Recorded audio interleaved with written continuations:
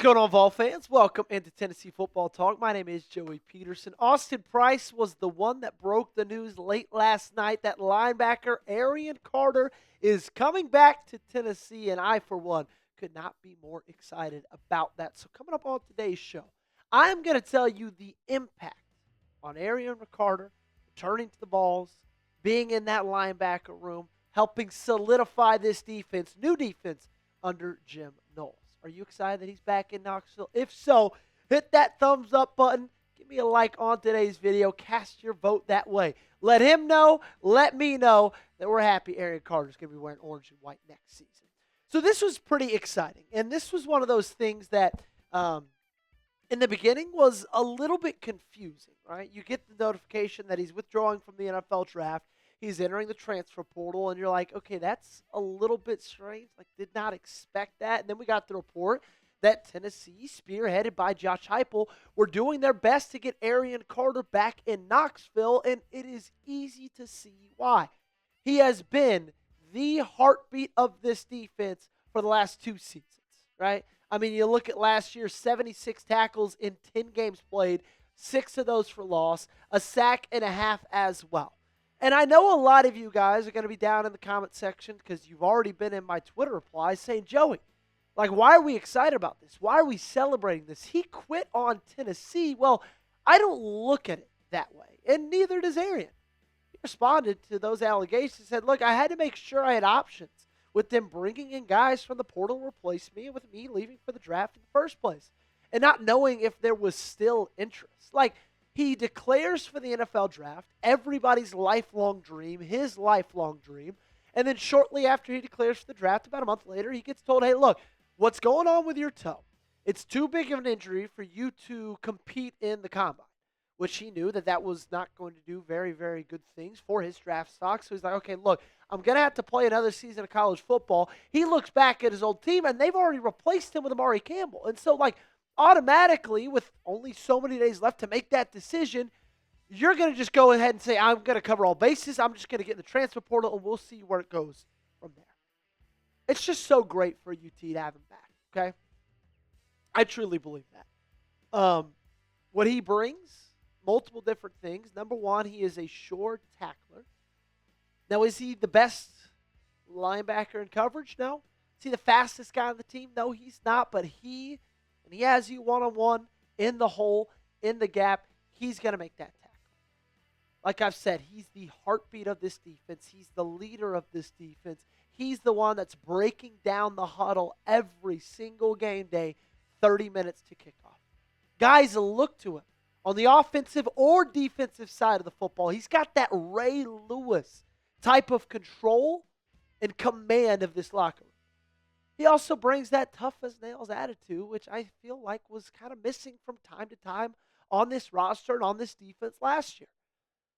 So him back with Jim Knowles, now the new defensive coordinator, and all the other additions you made in the transfer portal, more on that in a second, it has me pumped up about him leading this defense in 2026. Hey, look, it is almost the end of transfer portal season. It's slowing down after they added 18 commits. We'll continue to bring the heat all off season long. So make sure you do me one big favor. Hit that subscribe button. Daily videos on Tennessee Volunteers right here on Tennessee Football Talk. I tweeted this out. Got some pushback, but I don't care. It's my opinion. I think that this linebacker room might be one of the best in the country in 2026. I think this linebacker room is easily one of the top 2 in the SEC in 2026. The amount of studs you have on that roster, in that depth chart, is so exciting. You got Arion Carter, Amare Campbell, Edwin Spillman, Jaden Perlotti, Jeremiah Thielander. Like, you just got dude after dude after dude. Like, the reason that not everybody is of the same belief that I am, or a lot of people are, is they don't know what to expect from Edwin Spillman and Jaden Perlotti. In fact, 95% of the country does not even know those two guys' names. But we all know, especially when it comes to Jaden, that's going to be a guy to know at the end of this next season. And I feel like after Arion Carter comes back, a lot of people's immediate worries are like, okay, how's this going to affect Amare Campbell? Because he got recruited to be his replacement. He got recruited to be that guy in the middle of this defense. How's he going to respond and react to that? Well, he responded and reacted in an unbelievable way. He quoted his tweet and says, "Let's effing do it. 100, 100.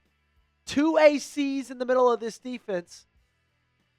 I don't know what more you could want. I don't know what more you could ask for. Because linebacker, sure, it wasn't the biggest need going into the transfer portal, but I wasn't so sure on Jeremiah Telander, ladies and gentlemen. I thought he actually had a pretty bad season in 2025. Thought he was slow. I thought he missed tackles. We thought Arion Carter was going to the draft, and so now that you've got AC back and you've brought in Amare Campbell as well, that's awesome. And it's fun because I think those two guys balance each other out so very well. Like the things that Amare Campbell are really good at is maybe the ways that Arion Carter struggles from here or there, like coverage. But then the things that Arion Carter's really good at might be some of Amare Campbell's weaknesses. I don't know how you could look at these two guys manning the center of a defense and not think that this is going to be one of the best duos, not only in the SEC but in college football. And I think what's really, really beneficial to this defense, to Arion Carter, is that Amare Campbell has played for a season under Jim Knowles already. So he can help him learn the system as well as helping other guys get that system down as well. I think overall, as we wrap up the bow talking about Arion Carter, I think that this was a really, really big statement for Josh Heupel. I really, really do. Like, I think moving on from Tim Banks, hiring Jim Knowles, and then getting Arion Carter back are probably the three biggest statements he's made since we've gotten into this offseason. Because everything we heard about Amare or him trying to get Arion Carter back was spearheaded and led by Josh Heupel. He saw that dude had a chance to come play at Tennessee again. He knew what he means to this team, what he means to this locker room, what he means to this defense. And he said, look, screw that. I'm not letting anybody else, not Miami, not Alabama, not A&M. I'm not letting anybody else get this guy on their football team. He's a VFL. He deserves to be in Knoxville, Tennessee. We need him to be in Knoxville, Tennessee. And he took matters into his own hands, and he made it happen. So regardless of what you think about Josh Heupel so far in this offseason, regardless of what you think and how you think he did in the transfer portal, I think this was a really, really awesome. Something that would be an awesome move for you is you to go to chatsports.com/10blackshirt to get this Tennessee black long sleeve shirt for just $35. That's it, ladies and gentlemen. Simple as that. Chatsports.com/10blackshirt. I put that link in the comments and description of today's video. As you can see on today's video, I'm rocking some new merch I got for Christmas about a month ago. If you didn't get enough new stuff and you want something to add to the closet, this is it right here. Again, that link's in the comments and description. We got a couple of transfer portal news items to discuss. A couple of uncommitted visitors that are still kind of sitting out there waiting to announce their new school. Cody Haydad, Brian Taylor Jr., defensive lineman out of Florida. Haydad, safety out of Ohio State. Look, I would like both of them. That'd be pretty fun to round out this transfer portal class to a total of 20 players, a lot of them being on the defensive side of the football.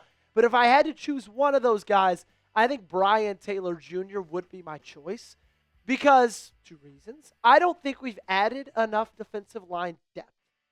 Like on the interior, you've added Gilliam. On the edge, you've added Norman and Coleman. Like, you still need more than that, in my opinion. Okay? I would like one more defensive tackle. And that's the other thing I like about Brian a lot is he can play inside, he can play outside. He's very versatile in what he's able to do on a defensive line. He's big, he's strong, and I think that'd be a really, really massive, like a late boost to this portal class before we initially, officially, should I say, go into off-season workouts. Your portal class is a really good one. One you should be excited about. 18 total players. It all started off with Quay Moss, Chaz Coleman, Amare Campbell were two really big gets a couple of weeks ago. TJ Metcalf and Tavis Metcalf, the Metcalf brothers, joining Knoxville. You added Ryan Staub yesterday and his teammate Isaiah Hardage.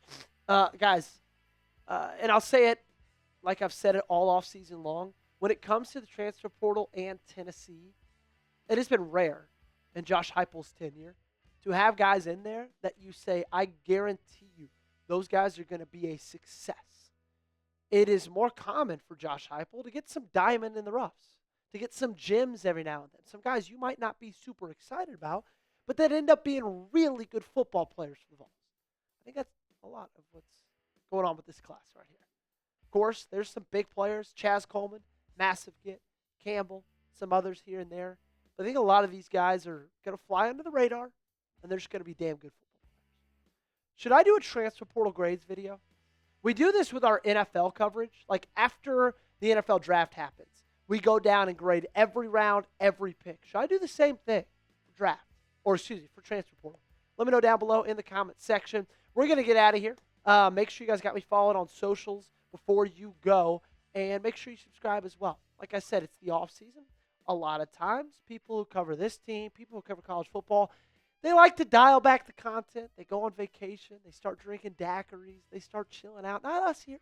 We're still going to bring you a video every single day on Tennessee Football Talk.